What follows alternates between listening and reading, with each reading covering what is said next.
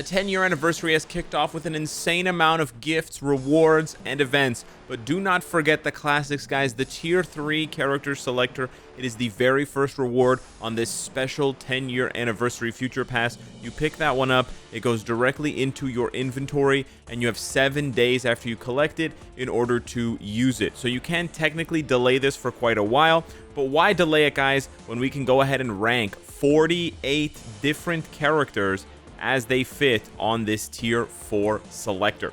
Now, before we jump into it, standard PSA, this is just my opinion. You're welcome to Tier 3 whoever you want. This is not a Tier 4 character selector, it's a Tier 3 character selector. But I'm just going to be giving you my opinion. Additionally, we do have data mines, guys. We do have data mines already for the next update, and it's kind of straightforward based on the the key art and the fact that it's Thunderbolts. We have data mines for Bucky's new uniform, Taskmaster's new uniform, and Ghost's new uniform. So I am going to be ranking the availables, in this case Taskmaster and Bucky, based on the assumption that you're going for their new uniform. So we've already sort of started this off here because it's a little bit too many characters to just rank without any sort of preamble here. But we have sort of future value, and you could put Bucky into that category. I think he's a decent Tier 4 now, or sorry, Tier 3 now. He's not bad at all. I'd probably put him like B tier as a Tier 3, but you can also Tier 3 him for future value, ignoring this uniform, of course, right? You wouldn't buy the old Taskmaster anyways, but this is just assuming, that you're sort of banking on this Thunderbolt stuff to be good, or in the case of wanting to wait, you can always wait for the update to come out in 2 weeks, because like I said, it's a 30-day event, and as long as you don't collect the Tier 3 selector, you can actually delay it until well after the update has landed, the mid-month. But yeah, the rest of these characters here after Taskmaster and Winter Soldier are just really bad. They desperately need upgrades. Even at Tier 3, they're going to offer you a very limited amount of effectiveness for your account. So that is why they are basically future value. Another way of reading this, I mean, obviously, aside from that, future value, another way of reading this is just like completely useless, like Z tier. They're really not going to do anything for you in AC. They're really, I mean, maybe Groot can do a tiny bit of work because he can revive, but it's really scraping the absolute bottom of the barrel. So from there, we can move up to the next category of characters, and these characters at Tier 3 are still pretty bad, but they do have, maybe a little bit more value than your sort of standard, like, bottom of the barrel stuff here. You can also have support characters like Chasm. You have support characters like Wong, who also has his zombie form, but either way, they're decent support characters. Squirrel Girl is pretty, you could basically put her in future value. The seasonal uniform is bad, and it doesn't make her much better than she already was, and it's just a support or leadership buff or whatever it is for Thanos for literally one character.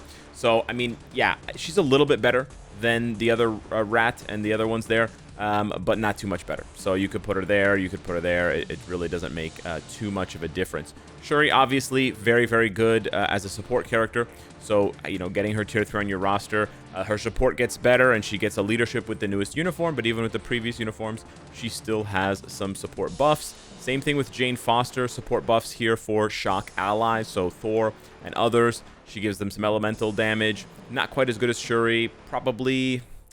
It's a toss-up between her and Chasm. Chasm has the advantage of also having an artifact, I believe, that buffs the Spider-Sense characters. And I think the Spider-Sense characters overall represent a bit of a stronger grouping than the Shock allies. So you'd kind of put it that way. Kamala Khan is pretty good as a DPS, but she's kind of old now.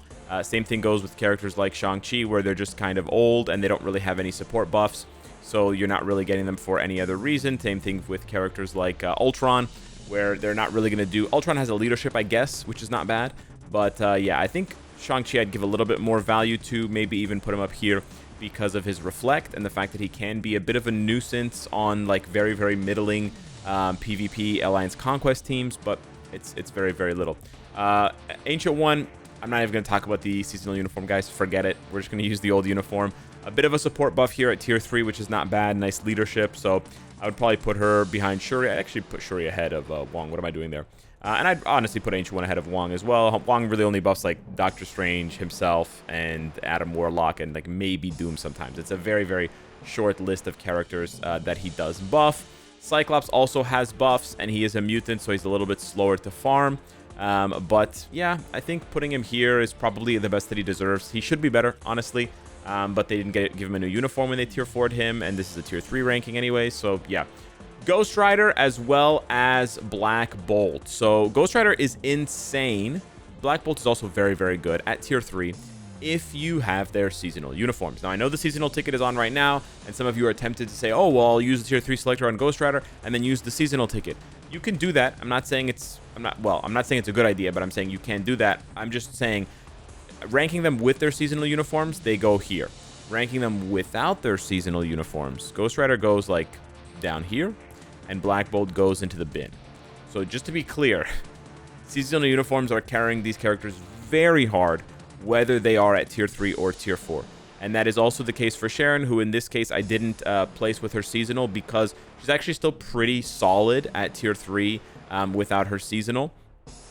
I would certainly say she's maybe a little bit worse than Black Bolt, but I certainly think she deserves similar ranking, but again, doesn't require the seasonal. I think with the seasonal, she probably bumps up a little bit, maybe here, maybe there. Still not better than Ghost Rider. But yeah, in this case, it's really nice that she doesn't need the seasonal. Another character that's more than a support is Hela. I think she's quite solid at tier 3. She basically does no damage except for her tier 3 skill, but her tier 3 skill does a lot. And she does need her artifact to be relevant for PvP, but she does provide a lot of buffs, right? If people forget the buffs that she provides for allies against heroes. Very, very unique. Puts her in a position where, you know, she can turn the tide on teams and she can change the sort of parameters of different teams. Oftentimes when she gets out of control in PvP, people have to switch to using Molecule Man because there's literally no other way to counter her if there aren't any strong villains to basically check her ability. So just keep that in mind, that she can be pretty meta shifting.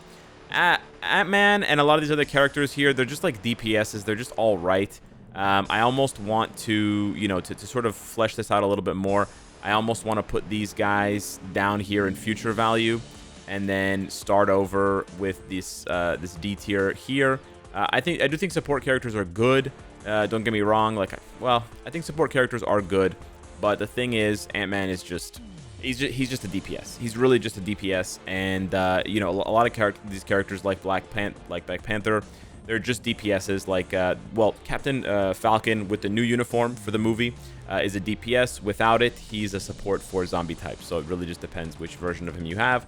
I honestly think the zombie version is better because it's actually a support, whereas the other one is just a DPS, and they're a dime a dozen at this point, right? A dime a dozen DPSs, just regular characters that just deal damage and are not really going to do much else for your account.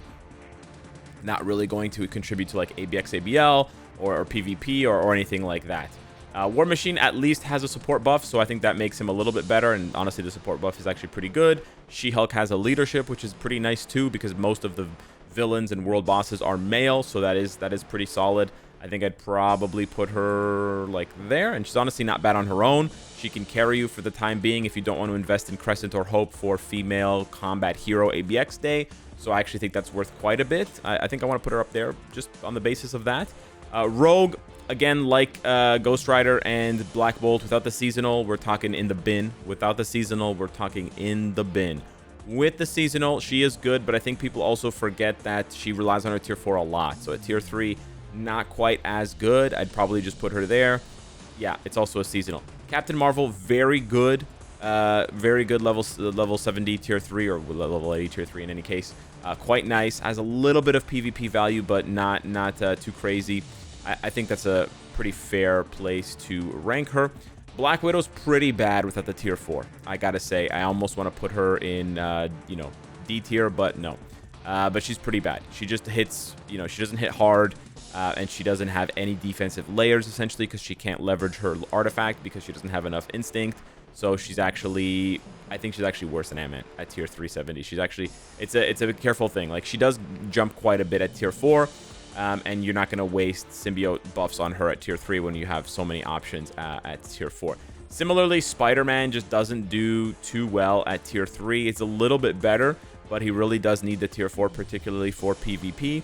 Cap is a really good level 70 tier 3 or level 80 tier 3, quite nice. And he now has the sort of synergy or the flexibility to be either a hero or a villain. He obviously excels more with a villain, and you do need a seasonal weapon hex to really tap into the zombie stuff, but he is quite nice. Thor is pretty good, but I think a lot of people forget he gains a ton from his tier 4. His tier 3 is not as tremendous as people really, remember. I should probably just reassign this to support/lead, because people are going to get confused and think I'm saying Thor is worse than Cyclops. Not what I'm saying, just in terms of DPS. So we're going to call that B, and then, yeah, okay. I think this is a better way of ranking it here.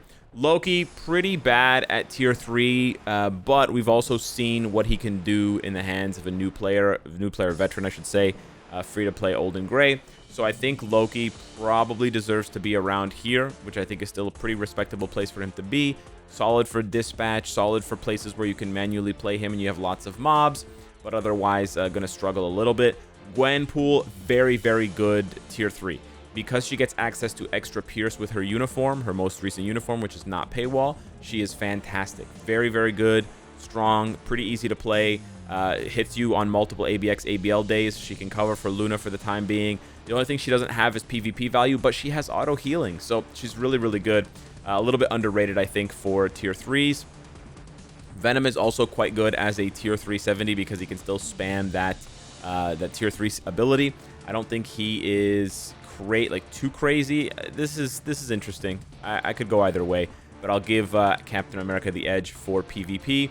Punisher's pretty bad at tier 380. Or tier 370 even.